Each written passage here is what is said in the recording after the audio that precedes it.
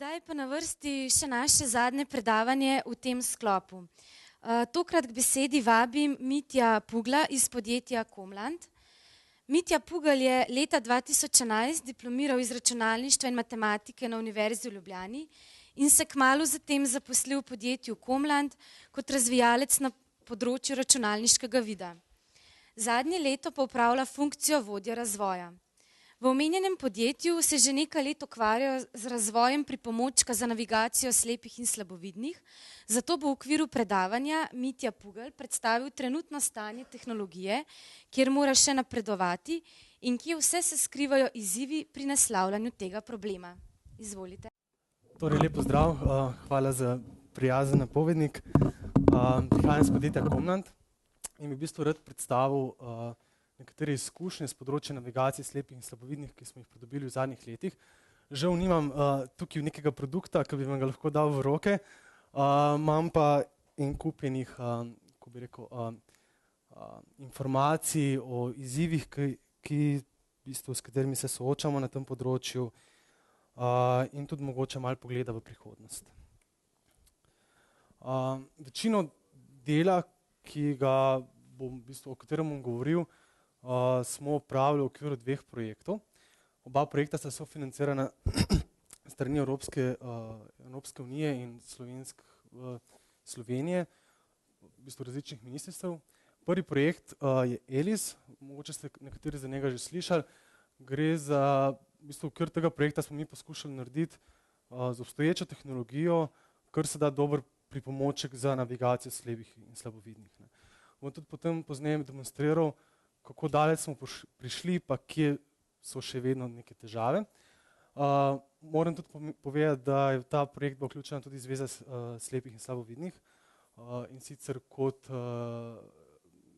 partner, ki je skrbel za uporabniško testiranje v Sloveniji. Ostali partnerji vključujejo univerzo oziroma inštitut iz Francije, Zvezo slepih oziroma društvo slepih iz Anglije, razvijalce za uporabniški vmesnik iz Anglije in še partnerje iz Španije. Drug projekt pa je Fiona, ki je sicer bolj tehnično naravnan, gre pa za to, da v okviru tega projekta poskušamo razviti ogrodje in metode za navigacijo in lokalizacijo oseb tako zunaj kot noter. In v okviru tega projekta bomo tudi v bistvu pripravili demonstrator za navigacijo slepih in slabovidnih v zaprtih prostorih. Je pa ta projekt še v trajanju in trenutno v bistvu nimam še težko karkoli predstavim. Se opravičujem. Mogoče, če začnemo z enim videom, ki predstavlja sam ELIS projekt. To je v bistvu en video, ki je nastal precej na začetku projekta.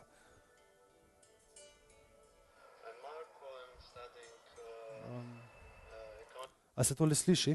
Ne.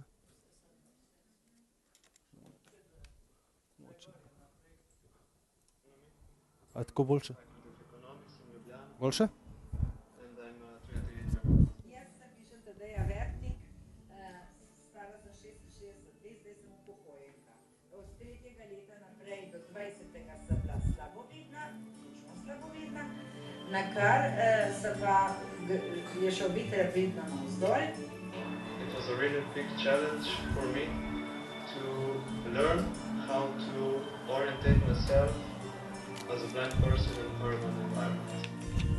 About 1% of world population cannot see like you and me. Some were born with visual impairment. Others lost their sight at some point.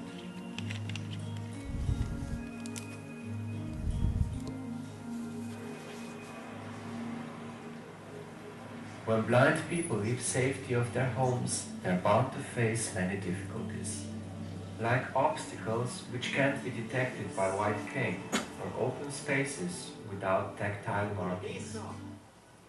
We cannot change the world for them, but by using modern technology, we can perhaps make it friendlier. This is the aim of AAL's project ALICE, to build a device that helps blind people safely walk their way. This can only be achieved through joint effort of consortium partners across Europe. a device that helps them keep on a track, that warns them about danger. Warning, you are approaching stairs going up. A device that warns them about ramps Warning. and other overhanging Warning. obstacles, that tells what's interesting around them, Point of interest. Jazz club gauge on your left. and much more. I think that this application has some very Okay. Prosim, če je kakršen koli vprašanje, med predstavitvijo bom zelo vesel vprašanja že v bistvu med samimi prosojnicami. No in potem v bistvu ta projekt se je začel, mislim, da že 2 leti pa pol nazaj, zaključil se je uradno januarja, razvoj v bistvu že skoraj leto nazaj. Pripravili se je v bistvu prototip do te faze, da so ga lahko uporabniki praktično sami uporabljali. V bistvu prototip sicer vsebuje smartphone oziroma pač telefon, na katerem je kamera, ta telefon se nosi v bistvu na prsih in pa prenosnik v nahrbtniku, čeprav ta prenosnik je v bistvu samo zato, ker je naprava v fazi prototipa. Celotna tehnologija uporabljena v bistvu je v takšni fazi, da bi lahko prenesli samo in izključno na telefon. V bistvu večino tako nekih funkcionalnosti se je pokrilo, od navigacije, delno tudi zaznave ovir, implementirana prepoznava prehoda za pešce in tudi v bistvu zaznava stopnic, ki vodijo navzgor. Seveda je pa precej stvari, ki še niso bile narejene, pa tudi precej stvari, ki so pomembne za uporabnike. Zdaj, mogoče, če pogledamo, kako deluje zaznava prehoda za pešce, ko se uporabnik v bistvu približa prehodu, da aplikacija opozori, da tukaj dejansko imamo nek prehod za pešce, se pravi, da tukaj na nek način varno prečkati, ob predpostavki, da ni avto. In tudi aplikacija ga na nek način, tukaj sicer tega ne vidimo, ampak aplikacija ima tudi v bistvu možnost navigiranja uporabnika čez prehod, se pravi, usmerja ga levo, desno, če slučajno uporabnik zaide iz opcije. Če je semafor, delali smo tudi tole, ampak težava je v bistvu zanesljivost, zato smo to raje v bistvu prepustili zvočnim signalom.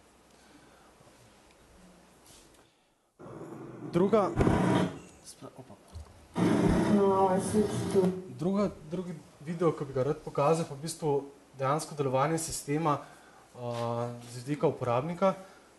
To je v bistvu Polona Car demonstrirala, verjetno jo marsikdo pozna, tudi Ana to govori. Žal je komunikacija v angleščini, kar je v bistvu projekt bil mednaroden. Vidimo pa tukaj že interfejs aplikacije, ki uporabnika usmerja proti naslednji točki. Povemo tudi v bistvu približno smer do naslednje točke in pa razdaljo. In tudi, ko uporabnik v bistvu hodi proti naslednji točki, se ta razdalja cel čas posodablja. Tako da ima uporabnik občutek, koliko časa ima še do naslednje kontrolne točke, kjer bo pač moral zaviti levo, desno, mogoče nadaljevati pot naravnosti in podobno. Next light point and until 3 o'clock.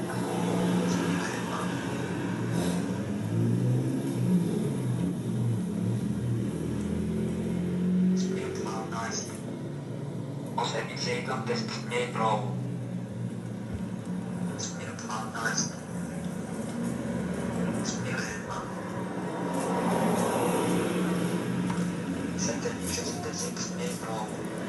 Tukaj zdaj aplikacija v bistvu uporabniku posredovala najprej informacijo smer 12, kar pomeni, da uporabnik hodi v pravo smer. Za trenutek, ko se je Polona obrnila rahlo v levo, je takoj aplikacija popravila smer 1, kar pomeni, da se mora Polona obrniti rahlo desno.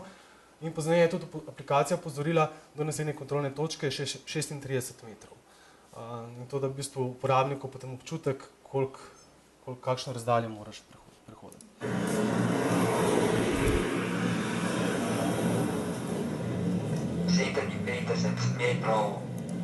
Tudi v bistvu uporabniški mestnik je prilagojen v bistvu slepim in slabovidnim, v smislu, da podpira tako način za branje v bistvu zaslona,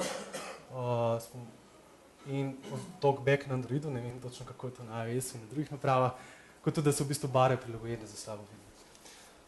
Pa bi kar preskočil naprej. Je mogoče kakšno vprašanje? Okay. Zdaj v bistvu pri navigaciji čistko imamo dva načina, kako se lotimo navigacije. En je ta klasična navigacija, ki jo v bistvu uporabljamo videči na naših napravah, angleški izraz, to je turn by turn, oziroma če v prostem prevodu obrat za obratom. V bistvu gre se za to, da aplikacija na podlagi karte izračuna optimalno smer in nas potem v bistvu vodi. Zakaj ta način za slepe in slabovidne problematičen? Je zato, da uspešno navigiramo slepega ali pa slabovidnega uporabnika, ki potrebuje več informacij, potrebujemo tudi več informacij o okolju. Se pravi, ni dovolj, na kateri ulici smo, ampak moramo vedeti tudi, na katerem strani ulice smo. In moramo tudi vedeti informacije o infrastrukturi na posamezni strani ulice. A je tu prehod za pešce ali ga ni, a je tam mogoče neka ovira ali je ni in podobno. So sicer neki projekti v tujini, predvsem v Avstriji, ki že gradijo karte v mestih, ki imajo vse te informacije, ampak je to precej omejeno. Zato smo se mi v tej fazi odločili za drugačen način navigacije in sicer za navigacijo, ki temelji na kontrolnih točkah. V ta namen v bistvu uporabniku naprej pripravimo določeno pot z določenimi kontrolnimi točkami, ki potem uporabnik sledi. Podobne aplikacije že obstajajo. Razlika v bistvu v tem sistemu je bila ta, da smo mi sistem obogatili z tem, da imamo še določene detektorje, recimo prehoda za pešcev, detektorje ovir in podobno, ter da v bistvu da je celoten sistem zastavljen tako, da je možno tele točke oziroma tele poti med seboj deliti in si na nek način izmenjevati karte. Tako. Zdaj pa v bistvu, kje nastanejo težave? Zakaj v bistvu tazga produkta trenutno še ni na trgu, oziroma produkta, ki bi res rešil ta problem, tako kot bi ga moral. Največja težava je natančnost GPS naprave. Trenutno v bistvu vsi, ko pomislimo na navigacijo, pomislimo v bistvu na avtomobilsko navigacijo, ki nam dejansko deluje v večini primerov 100%. In smo vsi z njo zadovoljni, razen v redkih trenutkih, ko v bistvu totalno zgreši. Trik je pa v tem, da pač avto je večja zadeva, ki se giba na zelo omejenih površinah, torej na cestah, medtem ko pešec je v bistvu precej bolj svoboden. In to v bistvu sprosti določeno mero omejitev, kar pomeni, da tudi sama lokalizacija oziroma navigacija deluje slabše. Problem, kar se pojavi, je, da v bistvu te naprave, ki jih imamo mi v žepih, imajo natančnost praviloma nekaj metrov, ampak ko ne dela, pa lahko ne dela tudi do 50 metrov. Se pravi, in v bistvu nikoli pa ne veš, a je lokacija, ki si jo dobil z GPS-a natančna ali ni natančna. In kaj to pomeni? To pomeni, da če imam jaz tukaj neke točke, recimo, da je to neka pot, ko bo uporabnik prehodil, in uporabnik dejansko se nahaja tukaj. Jaz v bistvu nimam, oziroma uporabnik se mogoče nahaja tukaj, ampak naprava mi je vrnila napako to, jaz v bistvu nimam nobenega načina, da zvem, kje točno uporabnik je. In to v bistvu privede do velikih težav pri uporabnikih in trenutno dejansko ni tehnične rešitve za ta problem. Enak način se v bistvu zgodi, če so neke kontrolne točke zelo blizu skupaj. Se pravi, v bistvu tukaj recimo uporabnik štarta, uporabnik hodi naprej, mora zaviti levo, potem čez 5 metrov takoj zaviti desno in čez 5 metrov spet levo. Tukaj v bistvu, zato ker so te točke toliko blizu, zelo težko ločimo, kje dejansko je uporabnik. Mogoče uporabnik šel po neki bližnjici tle okrog, pa mi sploh nismo tega zaznali, zato ker GPS ni dovolj natančen. V bistvu prototip, ki smo ga razvili, pokrije 80 ali pa 90% vseh primerov. Ampak vedno ostane tistih zadnjih 10 do 20%, ki padejo v bistvu na take neke težave z GPS-om, na slabo natančnost, mogoče neke težave v okolju in tistih 10% v bistvu je najtežje nasloviti. Recimo še en primer, ki se zgodi, sem toliko, da vam malo pokažem, kaj vse se lahko dogaja čisto tehnično. Če je to neka stavba, v urbanem okolju, se pravi v mestu, je zelo pogosto, da na robovih te stavbe GPS deluje katastrofalno slabo. To pomeni, da lahko mi v bistvu v tistem primeru GPS signala sploh ne dobimo. Kar pomeni, da ne bomo vedeli, kje je uporabnik in ne bomo vedeli, v bistvu, kdaj mora uporabnik zaviti. To se da na neki način, na neki z določenimi tehnikami kompenzirati, ampak zanesljivega načina, ki bi to reševal, pa ni. Enako recimo v tem primeru, uporabnik se sprehaja, v nekem primeru dobimo informacijo, da je 50 metrov proč in zdaj v bistvu ne vemo, a je dejansko on šel na pot, ki je na sosednjo ulico, skozi nek podhod recimo, ali sem dobil slabo informacijo z GPS-a. Jaz lahko v bistvu ugibam, kaj se je zgodilo, ne morem pa vedeti zanesljivo. To pomeni, da ne morem uporabnika zanesljivo voditi. Kakšno vprašanje mogoče? Prosim, gospa. Ja, jaz sem na začetku kar nekajkrat bila na testiranjih, pa moram reči, da me vse vedela, imam dovolj možan glas, da bo treba.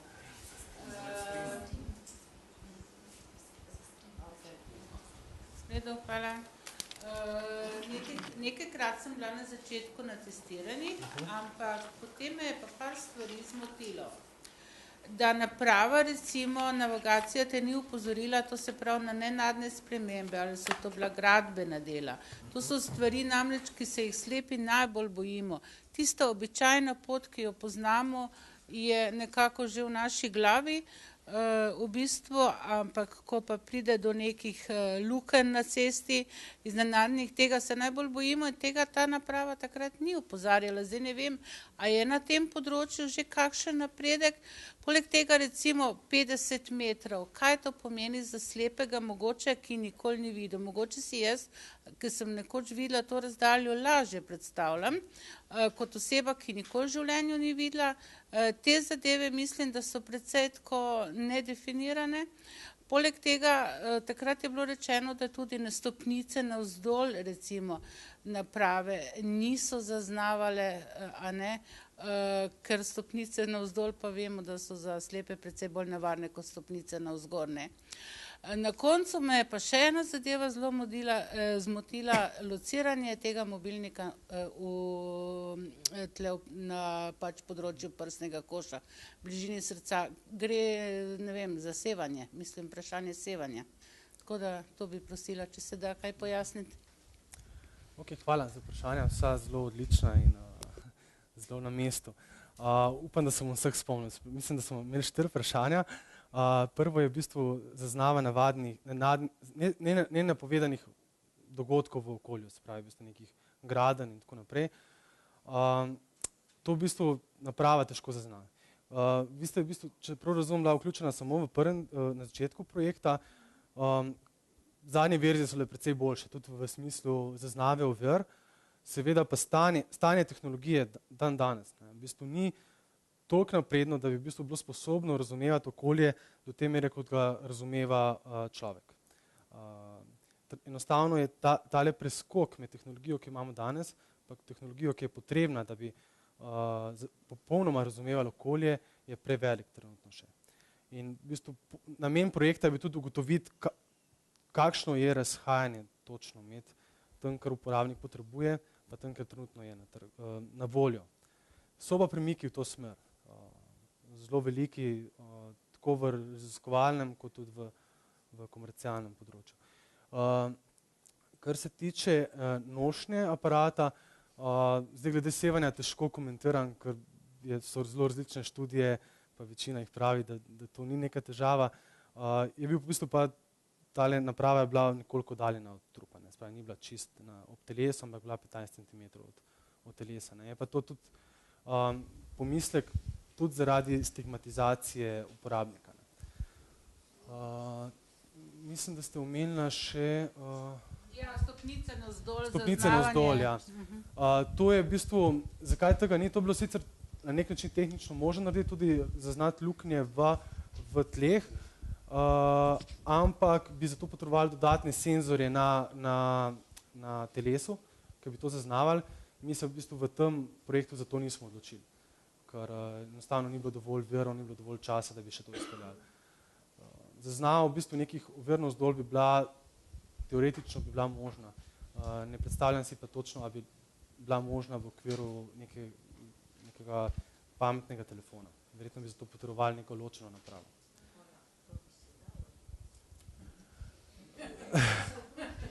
Prosim? Kaj pa definiranje na te daljave? Ok, ja, mogoče spravi za občutek, ne, kakšna je natančnost sistema. Večino časa deluje tako dobro, da v bistvu bo vedel, a ste nekje kje približno ste med vrati knjižnice pa med pultom v knjižnici. Včasih se bo zgodilo, da bo napaka takšna, da v bistvu ne bomo vedeli, a ste pri pultu v knjižnici, a ste v tej sobi tu. Tako, upam, da vam to pomaga. Pa to ni v bistvu, to je problem tehnologije, ki je danes na voljo. Prihajajo senzori, ki bodo precej bolj natančni, niso pa še na voljo v nekih pametnih telefonih ali podobnih napravah in so zato v bistvu precej dragi. Namen projekta je bil v bistvu raziskati, kako daleč lahko porinemo neko napravo, ki si jo bo lahko v končni fazi uporabnik tudi privoščil. Ja. V zvezi z stopnicami dol ali pa luknjami na cesti, bomo rekli, ne? To slabovidnim in slepi dela velike težave, vendar razumem, da ta naprava, če uporablja slepa oseba z palico, ne bi smelo biti težav, ker palica bo otipala stopnico navzdol, ne? Je pa problem morda za nas, ki palice ne uporabljamo, pa bi bilo kdaj pametno, da bi jo, ne, še posebej tam, ki so stvari nove za nas, gremo v kako novo mesto, mislim novo mesto, na nek nov prostor, pa ne vemo, da to tam je, ne, in je pa to problem verjetno za tiste, katere ne uporabljamo palico. In to, kak se zdaj omenil, je verjetno cena tista, ki bo zopet morala biti tista, ki bo, ne vem, pokrila neke senzore, ki bodo rekli, ker nam slabo vidne, ravno ta gor pa dol dela velike težave, ne. Še posebej morda dol kot gor, ki bo pač pokrila in dostopna, da bomo lahko to pač imeli, ne. No, toliko samo, hvala. V bistvu zanimivo, sploh, ko se pogovarjamo o navigaciji slepih in slabovidnih, hitro ugotovimo, tudi mi smo to ugotovili, da obstaja zelo velik spekter različnih uporabnikov z v bistvu diametralno različnimi potrebami. In v bistvu z eno aplikacijo ali pa z eno napravo bi težko naslovil recimo 10 različnih uporabnikov. In to je tudi ena zadev, ki smo se jih naučili tekom projekta tako na težak način. Jaz bom tole preskočil, ko mi malo časa zmanjkuje, bi pa v bistvu povedal samo še o eni zadevi, ko jaz imenujem semantični prepad, pa v bistvu ne vem čisto točno, če je to pravo poimenovanje. Če mogoče kdo ve, kako to boljše poimenovati, bom zelo vesel komentarja. Gre se za to, da v bistvu, če razmišljate o reku slika vredna 1000 besed, ne, in izhajamo iz tega, ne, dejansko opisati neko sliko z besedami zavzame ogromno črk. Ne. In enako, če to poskušamo v bistvu povedati, zavzame to ogromno nekih glasov, ki jih moramo v bistvu izgovoriti oziroma predvajati, če v primeru računalnika. Ne. In zdaj v bistvu, kaj mi poskušamo? Mi poskušamo na nek način opisati okolje ali pa podati nekaj navodila uporabnikov. Ne. In teh navodil se hitro zgodi preveč. Ne. Že to, da v bistvu uporabnika obveščati o pravi smeri pa o pravi razdalji, je potrebovalo dejansko veliko časa, da smo našli čisto pravo točko obdobja, kdaj je teh informacij še dovolj, pa da jih ni preveč. In še to je bilo tako, da je bilo za enega uporabnika to v redu, za mogoče drugega je bilo tega premalo, za tretjega je bilo tega preveč. Ne. In problem se pa pojavi pri bolj zahtevnih opisih. Ne, spravi. Dokler imamo samo še smer pa razdaljo, je še v redu. Ne. Ampak kako nekomu opisati z besedami na kratek način, tam je stavba, na vzhodnem vogalu stavbe so vrata, in v vratih je luknja, v katero ne smeš pasti. To je zelo težko. Ne. In ta prepad v bistvu med napravo pa uporabnikom je zelo velik. Ne. In se ga moramo zavedati in v bistvu vse aplikacije, ki bodo na nek način poskušale posredovati veliko količino informacij uporabnikov, bodo naleteli na tole. Enak problem se dogaja tudi pri videčih uporabnikih, čeprav tam imamo pač možnost vida. Čeprav vidim, moram zaključiti počas. Okay. Čist na hitro pogled prihodnost. Veliko se dela na teh tehnologijah, tako za lokalizacijo znotraj prostorov, zunaj, prihajajo boljši senzori in jaz verjamem, da bo mogoče čez 5 let na trgu ali pa pač tehnologija, ki bo omogočala dejansko napredek na tem področju. Žal, danes še temu ni tako. Mi sicer zelo želimo, da bi bilo, ampak bomo pač mogli vsi skupaj še malo počakati, da pridemo tja. Toliko. Hvala.